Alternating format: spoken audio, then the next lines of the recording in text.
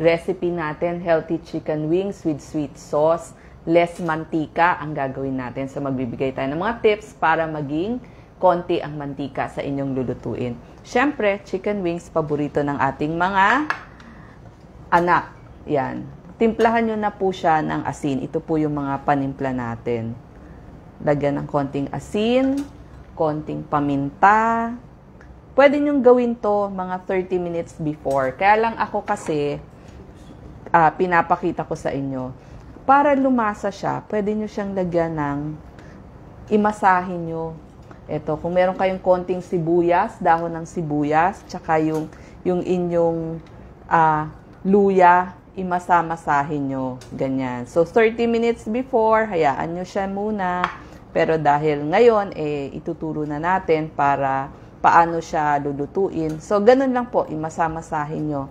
In that way, mawawala po yung parang medyo malansang lasa ng inyong manok. Kaunting-kaunting mantika lang po ang ating ilalagay, katulad nito.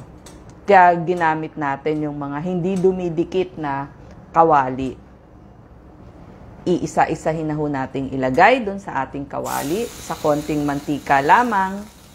Ito po, tinuyo ko na kanina ng ating paper towel, o kung wala po kayong paper towel, kahit yung towel na, yung mga good morning towels, pwede rin ho yun. Yun din yung madalas kong gamitin. Lagi akong may good morning towels. Alam nyo naman, di tayo nawawalan yan. Or any towels sa pagluluto. So, ito yung pang-alis. Yan. Pero at the same time, pampalasa din. Pwedeng mahinang apoy lang. Yan. Pwedeng sa 1 or sa 2 lang para maluto. Kasi mabilis namang maluto itong ating chicken wings para sa ating mga anak. Yan. Favorite nila yan. So, iprito-prito lang natin yan. Yan. Habang piniprito natin ito, yan po, makikita nyo. Sariling mantika. Sariling mantika na, lalabas na. Konting-konti lang yung ginamit natin. Yan. Palagi nating Pwede nyo pa tong lagyan ng hiwa sa gitna para mas luto kung gusto nyo. Pero mas maganda kasi tignan na medyo buo. So, mabilis lang naman siyang maluto. Yan. Iba-brown natin all sides. Yan. Para maganda-ganda yung kulay. Yan. So, makikita natin. Ang kagandahan sa chicken wings, mabilis siyang maluto. Pwede nyo pa nga siyang hatiin dito sa bandang gitna eh. Malaki itong chicken wings. Oo. Ito yung medyo gitnang parte ng chicken. Yan. So, very less yung ginamit natin. Ito nga ang ating chicken, no? Maraming protina to, marami siyang potassium, vitamin B6. Ang pakpak po, isang pakpak, siguro ito mga 43 calories. Kung malaki, like ito isang part, 43. So, kung makalima kayo, yung sa atin maliliit, diba? Maliliit lang yung ating mga chicken. So, pag makalima kayo, aabot kayo sa 200 calories. Ang drumstick, mga 150 eh. Yung isang hita, mga 150 yan. Kada isang hita. So, wag na ho ninyong lagyan ng maraming mga breadings katulad ng cornstarch o kaya ng mga flour kasi lalo siyang mag-a-absorb ng mantika. Eh, di ba gusto nga natin bawas sa mantika. Yan. So, i-turn lang po palagi. Yan. Para mas sumarap yung ating para mas lutong-luto siya dun sa loob. Yan. Baliktad na lang, baliktad. So, baliktad ka lang ng baliktad. Pwede nyo lagyan ng takip. Kung gusto nyo, pwede rin yon para mas mabilis maluto. Yan. Kaya lang, tanggal din kayo ng tanggal ng takip. Pero pwede din yon if you like. Yan. Ang isasahog natin dito, itong berdeng dahon ng ating sibuyas. May luya, bawang, sibuyas, berdeng dahon. Alam niyo po itong ating berdeng dahon ng Sibuyas, maganda yan. Marami po itong vitamin K. So, maganda to para sa pagbuo ng dugo. At maganda din siya para pampatibay ng ating buto. Bukod pa po doon, meron siyang vitamin A at C. So, pag may vitamin A, vitamin C, panglaban to sa sakit. Para sa inyong immunity, lalakas po. So, binabrown ko lang all sides. Tapos may folate pa, so maganda din po ito sa mga nagdadalang tao at kababaihan. Anti-cancer pa po ang ating green onion. At alam nyo ba, nagpapababa po yan ng bad cholesterol, yung LDL? Yes, nagpapababa po yan. Ibalot nyo lang sa papel kung binili ninyo para tumagal dun sa inyong ref. Pero, pwede nyo rin siyang ilagay sa tubig. Ako nilalagay ko sa tubig eh. Yan.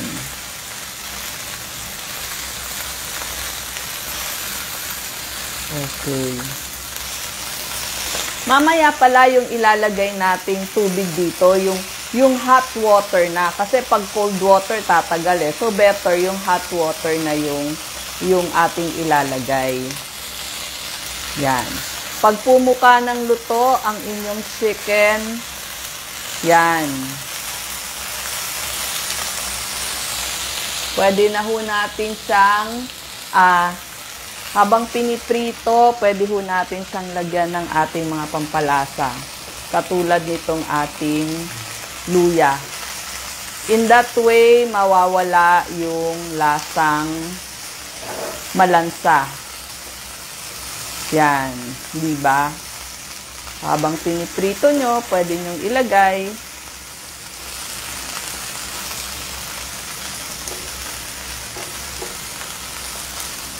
Yan, habang piniprito natin. Tapos mamaya, kaya po ginawa nating braise para mas konti yung gagamitin nating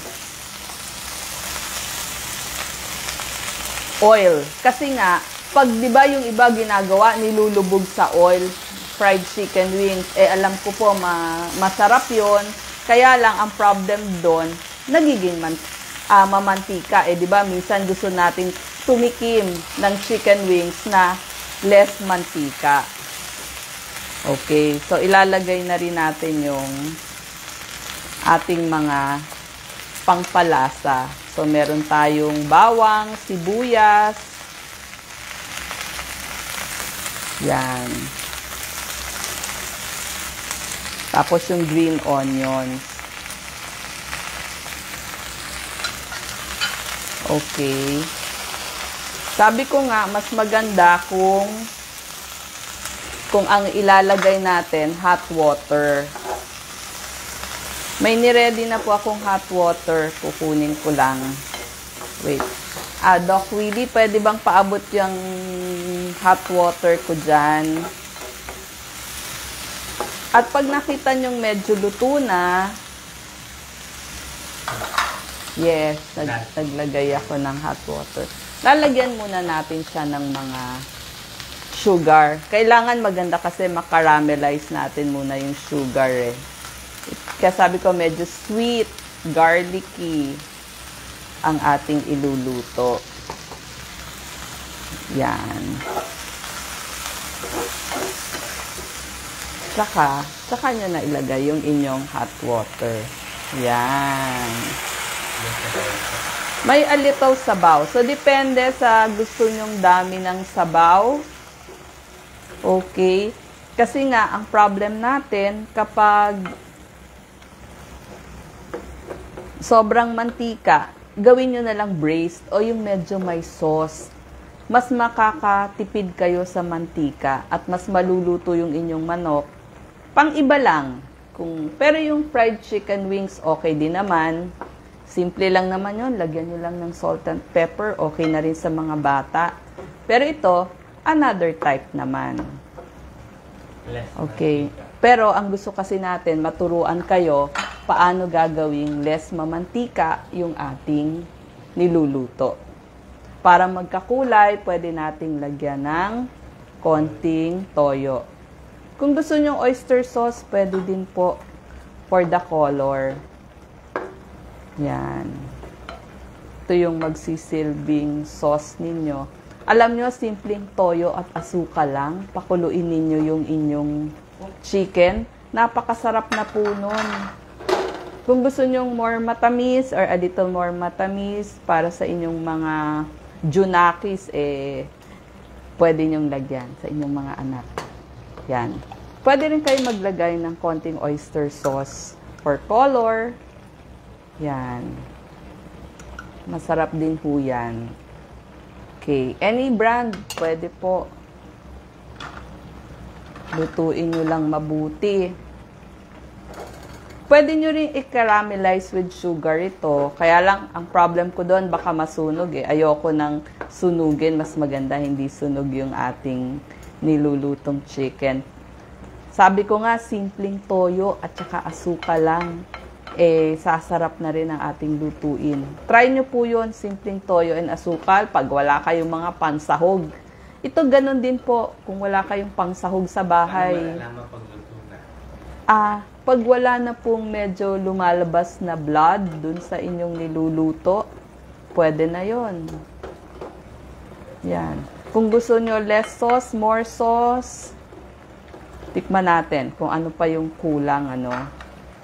At pwede nyo na ho siyang takpan. Yan, para mas mabilis maluto. Yan. Kung kulang pa, pwede pa kayo maglagay ng more toyo.